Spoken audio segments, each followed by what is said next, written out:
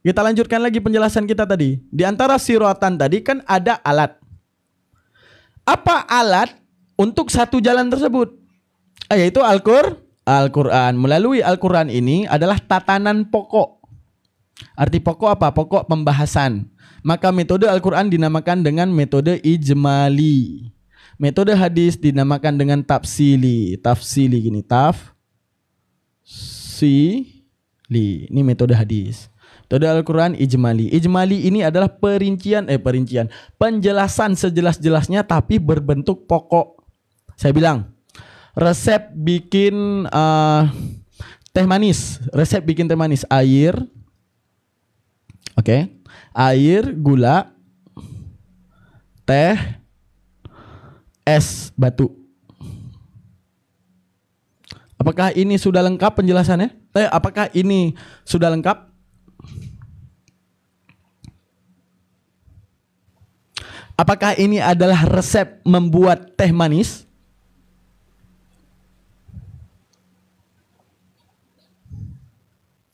Apakah ini adalah resep membuat teh manis? Coba jawab. Iya, es teh manis. Oke. Ini disebutkan dengan metode pokok. Ini namanya, teman-teman, metode pokok. Ataupun dalam bahasa Arab namanya ijmali. Tapi saya bilang, ambil air panas untuk melelehkan gula, ambil gula 2 sendok makan, ambil teh secukupnya, lalu direndam di dalam air, terus selanjutnya untuk lebih enak masukkan es. Nah, ini metode tafsili namanya. Apakah air, gula, es dan teh tadi udah lengkap? Lengkap. Secara apa? Pokok daripada pembuatan es teh manis. Kalau tafsili tadi ambil air kemudian panaskan untuk melelehkan gula bla bla bla bla bla bla, ini metode tafsili. Begitu juga antara Al-Qur'an dan hadis. Metode daripada Al-Qur'an menjelaskan pokoknya, metode hadis menjelaskan rinciannya. Karena apa? Al-Qur'an ingin ditujukan dijadikan bacaan. Al-Qur'an ditujukan untuk dijadikan hafalan. Al-Qur'an ingin ditujukan untuk apa lagi? Hafalan, zikir, doa. Nah, kalau Al-Quran metodenya tafsil, itu 7 tronton isinya Al-Quran semua. Kalau 7 tronton isinya Al-Quran, ada nggak yang mau baca? Nggak ada. Ada yang nggak mau hafal? Nggak ada, kebanyakan. Ada yang mau zikir? Nggak ada. Ada yang berdoa? Nggak ada. Berarti Al-Quran apa? Pajangan doang di rumah. Itu pun rumah kita nggak muat. Isinya Al-Quran semua. Ntar ya, kamar mandi dulu. Saya sak pipis dari tadi. Ntar ya.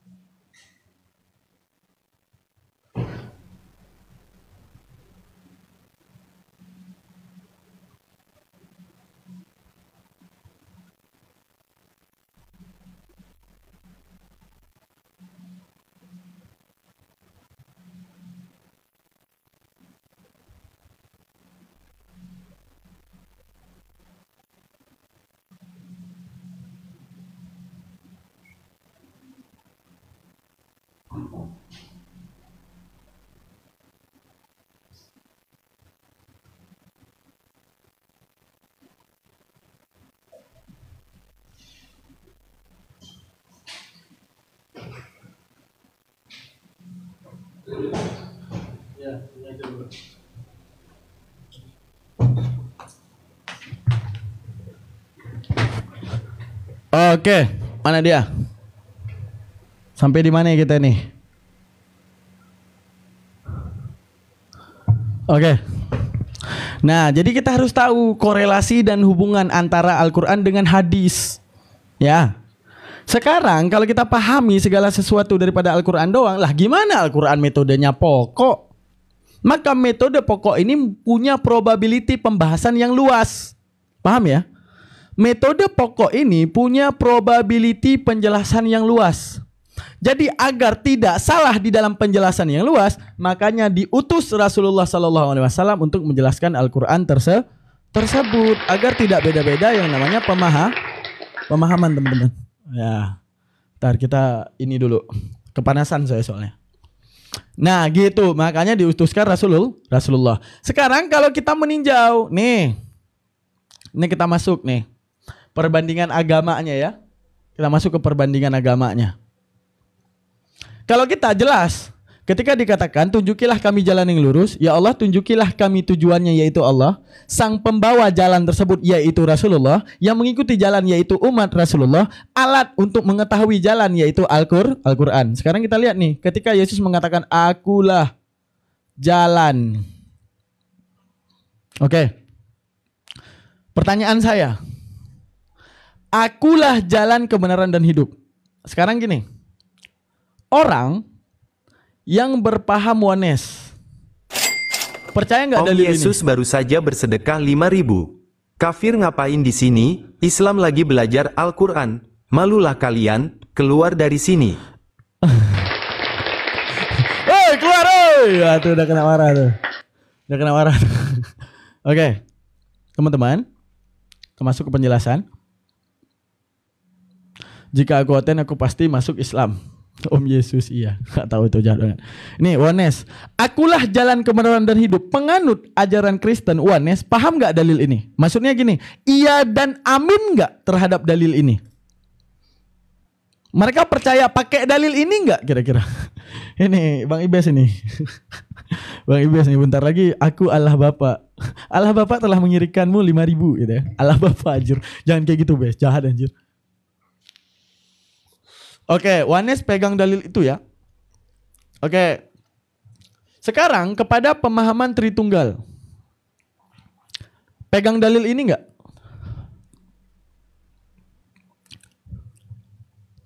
Pegang dalil ini enggak?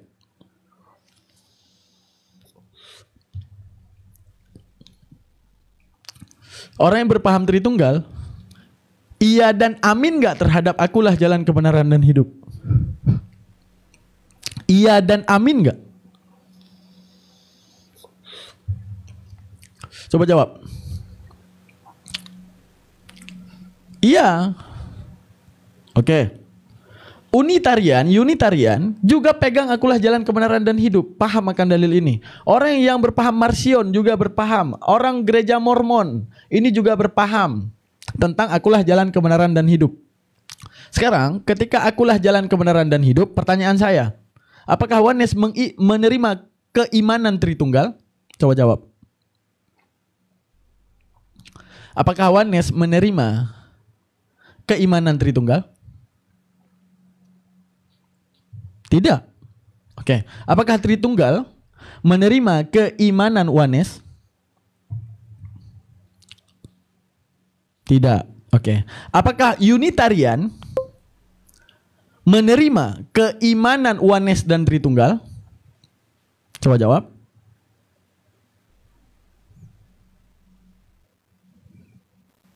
Coba jawab. Nah, tidak. Saling membeda-bedakan dan saling menyesat-nyesatkan dan saling baku hantam. Oke. Lalu di mana akulah jalan kebenaran dan hidup? Maka akankah mereka tidak bertanya, kalau jalan kebenaran yang hidup yang mana? Jalan kebenaran sesuai oneness kah? Sesuai Tritunggal kah? Sesuai Unitarian kah? Sesuai gereja Mormon kah? Ataupun sesuai Kolirdianisme kah? Ataupun Abionit kah? Sesuai yang mana ini jalan kebenaran dan hidup? Semuanya meyakini Yesus Tuhan dengan pemahaman yang berbeda. Apalagi Marcion yang mengatakan Yahweh itu iblis. Marcion. Yang mana? Untuk menunjukkan apa? Bahwa enggak ada jalan kebenaran dan hidup karena mereka saling membeda-bedakan. Maka versi oneness beda lagi Tuhannya, versi tunggal beda lagi pemahaman Tuhan dan segalanya. Kenapa ini bisa terjadi? Karena mereka tidak punya otoritas tertinggi di balik penjabaran kitab mereka. Itulah perbedaan dengan Al-Quran. Misalnya Tritunggal. Apakah Tritunggal itu punya ayat? Untuk imannya ada, bawa ayat mereka. Oke, bawa ayat lahirlah Tritunggal. Oneness ada ayat. Oke, berarti menunjukkan apa? Comot, lahir Tritunggal. Comot, lahir Oneness. Comot, lahir Marcion. Comot, lahir Abionit. Comot, lahir Kolirdianisme. Comot, semua. Lalu di mana jalan kebenaran dan hidup di sini? Andaikan nih kita bangun contoh nih. Andaikan nih ya. Kita bangun contoh nih. andaikan saya ini murtad atau Bang Ahmadi murtad. Murtad nih kalian semua nih yang nonton. Andaikan kalian murtad, kalian nanti pusing lagi. Kenapa? Pusing lagi untuk mencari yang mana yang benar. Oh benar itu bang setelah dijamah Roh Kudus. Ini yang paling lucu nih.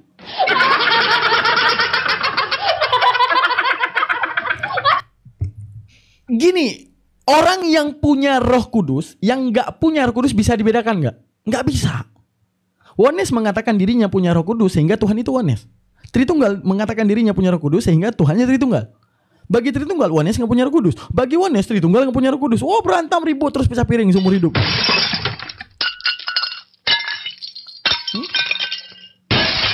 Jadi itulah fungsi datangnya Rasulullah dengan satu pemahaman, satu penjabaran, dan satu jalan, dan satu alat kebenaran. Selesai. Itu dia yang disebutkan jalan kebenaran dan hidup.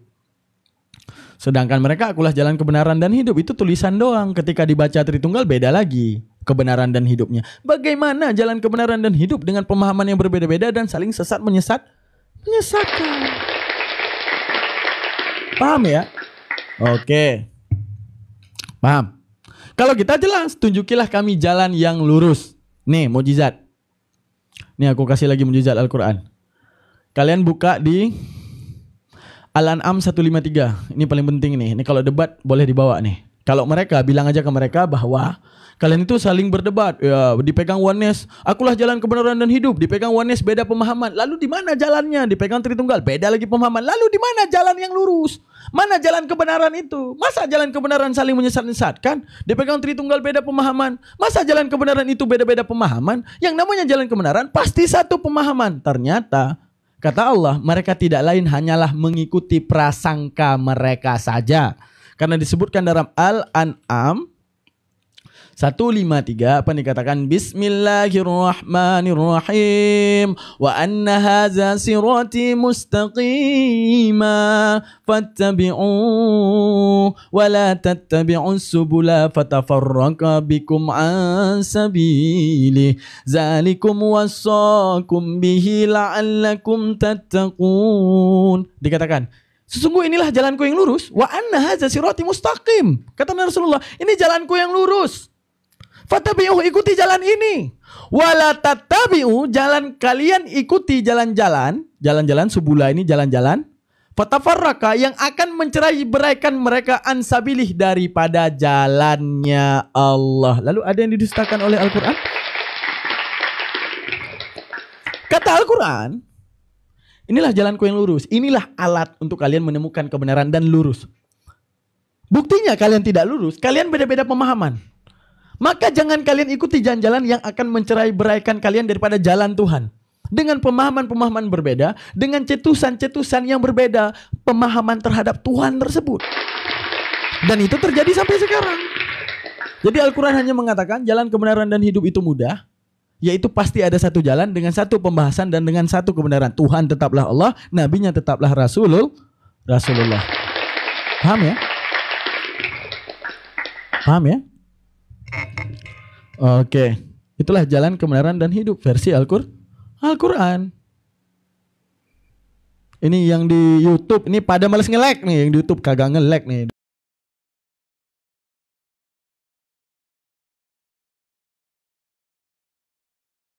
YouTube ya. Lag. Paham ya? Oke. Sekarang kita lanjut ke jam berapa udah? Masih ada. Semoga mana dalilnya? Kan tadi baru siap aku kasih nampak ini. Ini baru aja aku kasih nampak itu. Al-An'am 153. Menunjukkan apa? Percerai beraian di antara kalian karena kalian belum menemukan jalan kebenaran dan hidup dan jalan yang lurus tersebut. Karena jalan yang lurus tersebut tidak akan mencerai beraikan kalian daripada jalan tersebut. Gus, kenapa kalah voting? Karena nggak nyari votingan. Ya kalau mau voting, alhamdulillah makasih banyak. Tapi kalau nggak voting, nggak apa-apa juga, gitu.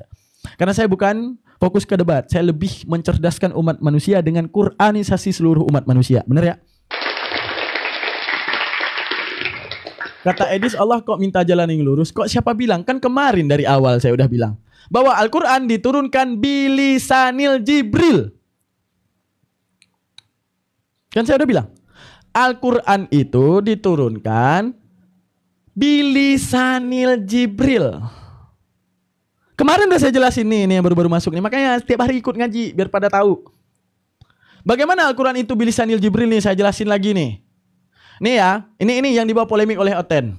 Nih, Oten yang nggak paham Al-Quran ya. Oke. Aduh, harus kita ulang lagi metodenya. Oke, ini. Bimbinglah kami, bimbinglah kami ke jalan yang lurus. Ini kalamullah bukan? Kalamullah. Kalam Allah bukan? Kalam Allah. Perkataan Allah bukan? Perkataan Allah. Nih, Edis misalnya. Nah, Allah bilang bimbinglah kami ke jalan yang lurus. Ah, gimana kalian jawab tuh? Gimana kalian jawab? Gimana kalian jawab? Al-Quran kalamullah. Al-Quran berkata, bimbinglah kami ke jalan yang lurus. Gimana kalian jawab?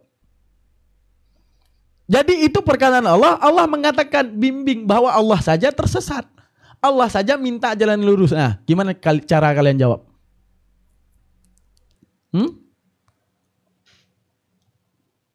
Gimana yang di YouTube? Gimana cara jawabnya? Bimbinglah kami ke jalan lurus. Gimana cara kalian jawab? Al-Quran kalamullah. Al-Quran itu kalamullah. Maka ihdinas siratal mustaqim kalamullah. Itu lisan Allah. Allah ngomong, bimbinglah kami ke jalan lurus. Berarti Allah masih sesat. Gimana kalian jawab kalau di framing kayak gitu? Kalau bukan, kalian ikut pengajian setiap sore. Ini yang ikut pengajian aja nggak paham. Coba nih yang ikut pengajian ya, awas ya kalian nggak paham ya. Pecahin piring nih. Ini 4 hari yang lalu saya jelasin nih. Hah? 4 hari yang lalu nih. Kalau yang kurang nggak paham aku mah, Bang Ahmadi, astagfirullah. Belajar itqan banyak-banyak Bang Ahmadi, nggak apa-apa, nanti kita jelasin. Coba dimulai jam berapa? Siap asar? Nggak paham aku. Jadi jawabannya apa dong Bang Daman? Khabari, mantap. 1 udah terjawab. Khabari. Oke, jenisnya khabari. Lagi. Kak Misnah, Bang Mogi, lu tiap hari ngaji lo. Hah? Aku pecut nih ya. Kak Misnah, Bang Mogi, Kak Anissa, murid-murid setia nih. MC apa MC? Apa MC? Apa tuh? Doai, bukan. Sanai, oke, salah satunya. Itu oke, Sanai, oke lah, oke, masuk. Lanjut, apa lagi? Bukan itu jawabannya, itu masih jenis. Jawabannya ya aman banget sih. Gua sih sebenarnya udah aman banget ya guys ya. Gini teman-teman sekalian, kan aku udah bilang Al-Quran itu disampaikan. Nih perhatiin. Aduh, aku harus jelasin. Kemarin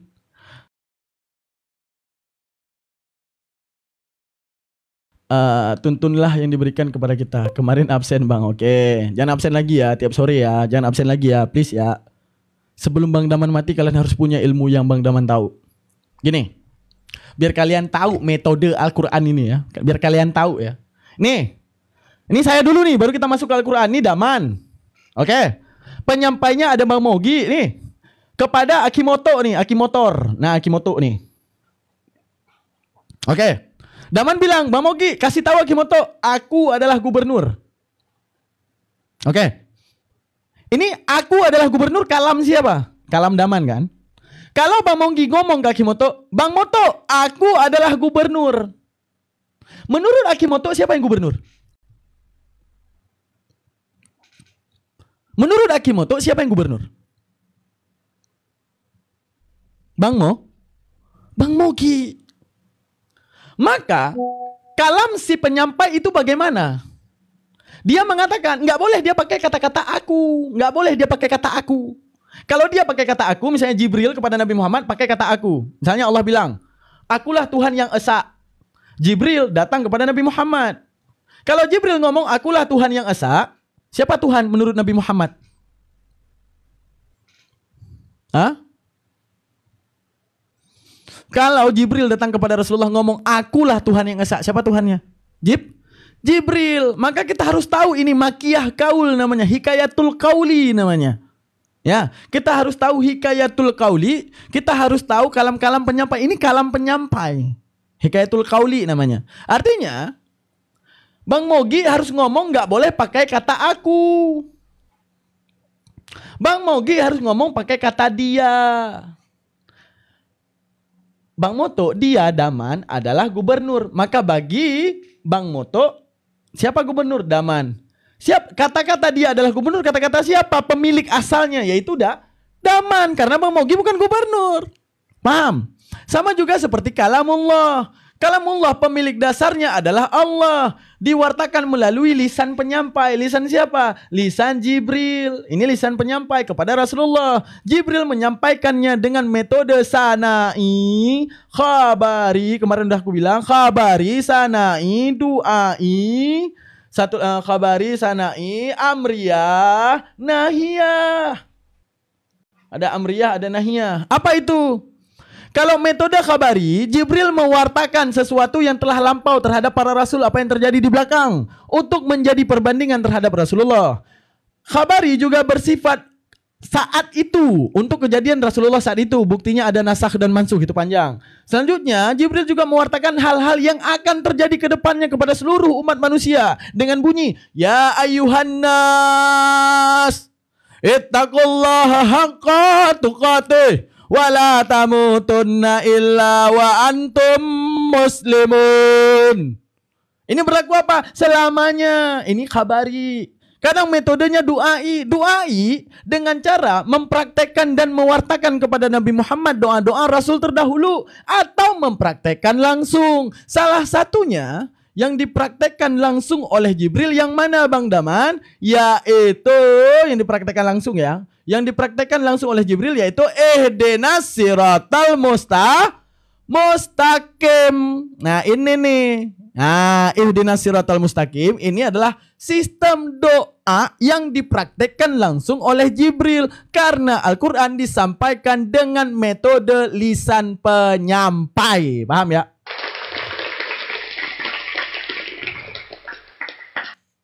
Paham ya?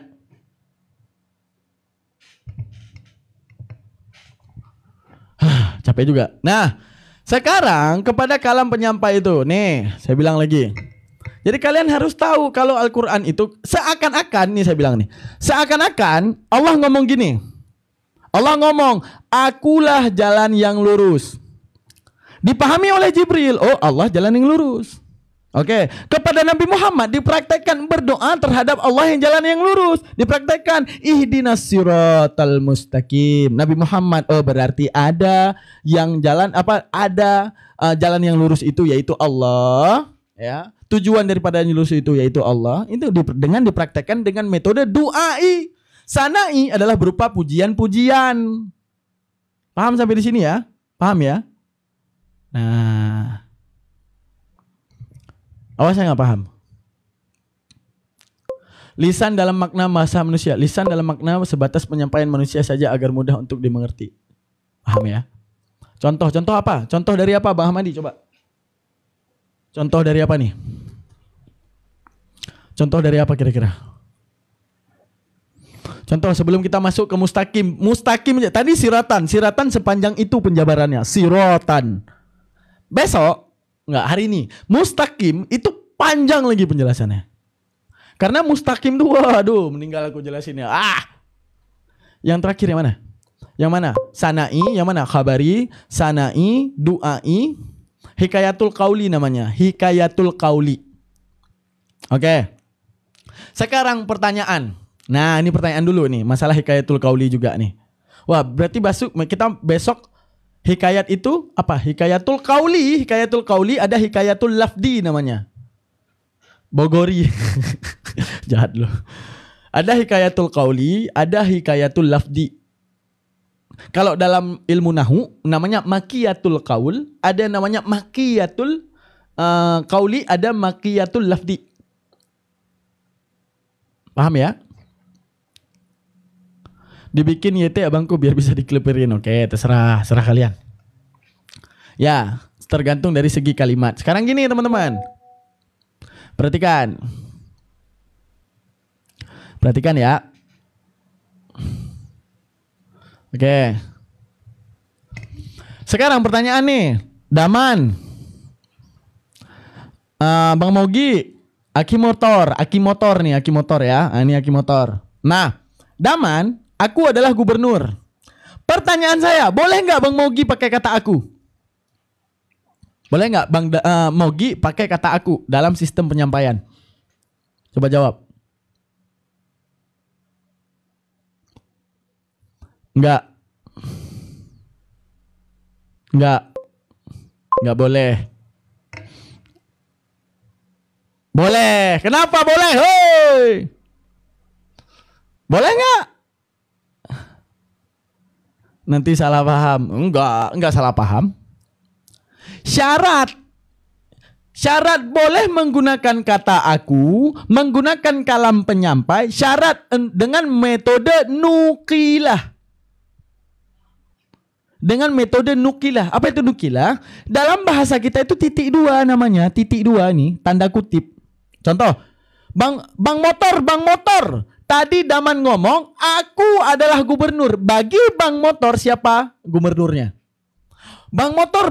Tadi Daman bilang, aku adalah gubernur. Pakai tanda kutip dalam bahasa Indonesia. Kalau di dalam bahasa Arab, dinamakan dengan metode nukilah. Ataupun nukil, memindahkan kata. Oke. Bagi aki motor siapa Tuhannya? Bagi aki motor siapa Tuhannya? Kutipan langsung benar. Kalimat itu langsung benar. Bagi aki motor siapa Tuhannya? Daman itu selalu, lu playing victim lu playing victim lagi motor ya. Ini abang gua satu nih paling playing victim. Kalian tahu nggak? Aku setiap napas di kehidupan selalu dibully sama ini orang. Aku selalu dibully sama ini orang. Hari ini dia ngomong, Daman itu selalu musuh saya di mana? Wah! Ini nih. Nggak jauh beda daripada Ubay bin Khalaf. Ya, Ubay bin Khalaf. Tunggu. Oh, Ubay bin Khalaf yang ditombak Rasulullah, bukan? Ada satu lagi. Abdullah bin Ubay. Ini Abdullah bin Ubay nih. Abdullah bin Ubay nih. Playing victim ya kerjaannya nih. Kalau ditarik sanadnya sampai nih ke Abdullah bin Ubay nih orang nih. Oke, teman-teman, itu metode nukilah. Makanya di dalam Al-Quran jangan heran ketika Jibril ada kata-kata aku. Makanya kalian jangan heran, di Al-Quran ada kata dia, berarti ini pakai kalam penyampai. Kalau ada kata aku, ini kutipan langsung, ada titik duanya. Oke, ada kata-kata kami. Nah, kami ini dalam Al-Quran sifatnya itu apa? Muqayyadah. Nah, ini aku bedain ya. Beda disebut aku dengan disebut kami dalam Al-Quran. Ini kalau disebut aku ghaira muqayyadah. Ghaira muqayyadah kalau disebut aku, kalau kami muqayyadah. Apa itu bedanya? Gini, kalian boleh ubek-ubek itu satu Al-Quran. Oke. Kalian boleh ubek-ubek itu satu Al-Quran. Rata-rata coba diperhatikan. Kalau di Al-Quran menyebut kata aku, ini adalah segala sifat yang kembali hanya kepada Allah. Contoh, Allah ngomong, berdoalah kalian, aku yang akan mengabulkan. Nah, aku yang akan mengabulkan. Pertanyaan saya, adakah yang dapat mengabulkan doa selain Allah? Coba jawab. Adakah yang dapat mengabulkan doa selain Allah?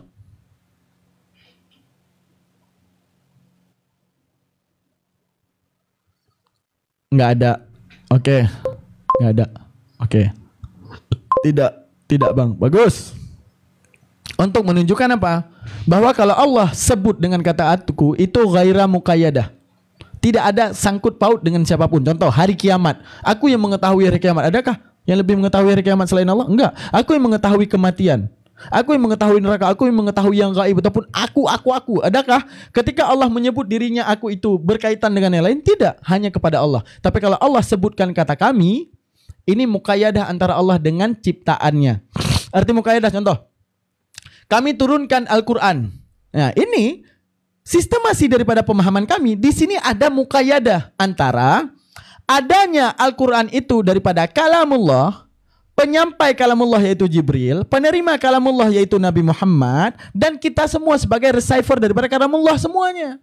Jadi kalau dikatakan kata kami, ini berproses ataupun muqayyadah, berketerikatan antara Allah dengan makhluk. Artinya apa? Kejadiannya itu tidak langsung kedebam gitu, nggak ada. Tapi kejadiannya berproses. Kami turunkan Al-Quran. Ya prosesnya ada Allah sebagai sumber utama, adanya penyampai yaitu Jibril, adanya apa namanya itu? Ini kenapa gitu? Adanya penyampai yaitu Jibril, adanya penerima yaitu Nabi Muhammad, adanya pengonsumsi yaitu kita semua. Itu kalau disebutkan kami. Contoh, kami ciptakan langit dan bumi. Ini mukanya ada. Antara apa? Bumi itu apakah gedebuk langsung jadi bumi? Kagak ada. Ada nanti lahir dulu ini dari besar jadi kecil jadi besar, diciptakan satu persatu. Ada yang lahir 96, ada yang lahir 97, ada yang lahir 98, 99, 2000, 2001, 2002, 2003, 2004, 2005. Berproses semuanya. Paham? Kalau disebutkan dengan kata kami, itu untuk kejadian yang berproses. Kalau disebutkan dengan kata aku, hanya kembali kepada Allah dan tidak ada yang dapat bersangkut paut terhadap hal tersebut. Bisa dipahami? Kalau disebut kata kami ini jangan lupa lagi. Kalau disebut kata kami dalam Al-Quran, oh ini ada proses di dalamnya. Seperti penciptaan langit dan bumi, ada proses. Oke, penurunan wahyu ada proses. Tapi kalau disebut aku yang mengampunkan apa? Aku yang mengampunkan, ya cuma Allah yang mengampunkan. Aku yang menerima doa, ya cuma Allah yang menerima doa. Aku yang tahu hari kiamat, ya cuma Allah. Aku gitu. Paham ya? Nah, gitu teman-teman sekalian. Maha benar Allah dengan segala firman-Nya. Apa yang tidak terjawab di dalam Al-Qur'an, ya? Paham ya? Nah, jadi udah paham ya kenapa ihdinas siratal mustaqim. Jadi jawabannya kalau ditanya nih, ihdinas siratal mustaqim. Ini Tuhan berdoa siapa? Yang bilang Tuhan itu siapa? Untuk menunjukkan apa? Ini kalam penyampai. Bahwa si penyampai mempraktekkan langsung kepada Nabi Muhammad bahwa Allah lah jalan yang lurus. Jadi kita harus paham dulu mekanisme. Ini tentang mekanisme Al-Quran ini. Mekanisme daripada Al-Quran ini walau bagaimanapun kita suruh mereka untuk paham, mereka nggak akan pernah paham. Karena mereka nggak mau tahu mekanisme Al-Quran bagaimana, sistemasi daripada Al-Quran bagaimana, tujuan daripada Al-Quran bagaimana. Mereka nggak mau belajar itu. Tapi kalau mereka pahami itu, mereka akan paham teman-teman sekalian ya. Nah misalnya mereka nggak akan mau tahu khabari itu apa, Sana'i itu apa, Du'ai itu apa, nggak perlu tahu. Yang penting terjemahan. Saya udah bahas tadi.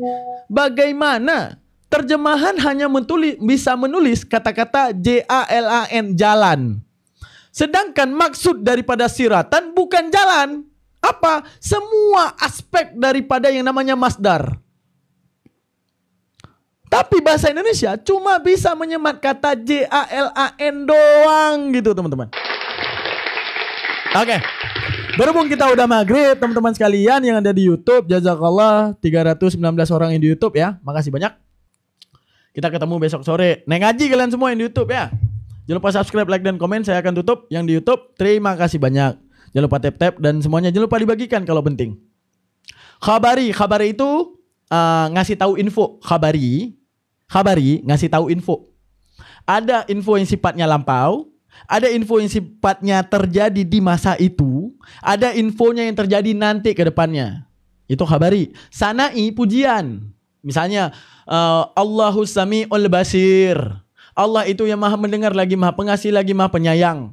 Itu menunjukkan apa? Bahwa Jibril memahami. Allah mengatakan aku maha pengasih, aku maha penyayang, aku maha segalanya. Jibril memahami. Jibril datang kepada Nabi Muhammad mengatakan dia pengasih, dia penyayang, dia maha segalanya. Nah itu menunjukkan apa? Ini sistem khabari. Sana'i itu isinya pujian. Dengan mempraktekkan langsung pujian tersebut, dengan mewartakan pujian-pujian Rasul sebelum Nabi Muhammad terhadap Allah, dengan mewartakan bahwa Allah memuji dirinya sendiri. Oke, ini ilmu bayan, bener tahu ini dalam bayan, ini dalam ilmu badi ini bang, bukan bayan bang, badi. Oke, terima kasih banyak. Jangan lupa subscribe, like, dan komen. Jangan lupa titipkan komentar ya. Ini siaran ulangnya ada di YouTube saya tuh. Di atas ada YouTube saya. Jangan lupa di screenshot. Jangan lupa subscribe ya. Itu ada. Jangan disubrek itu di atas ini di sini. Ya, di sini ada. Ya, tuh di atas tuh. Ah, itu Almantik Reaction. Di screenshot. Oke. Badi ini benar. Oke, teman-teman sekalian, saya akhiri live yang di YouTube dulu. Untuk yang di YouTube terima kasih banyak ya. Saya akhiri dengan assalamualaikum warahmatullahi taala wabarakatuh. Kita bertemu di lain waktu.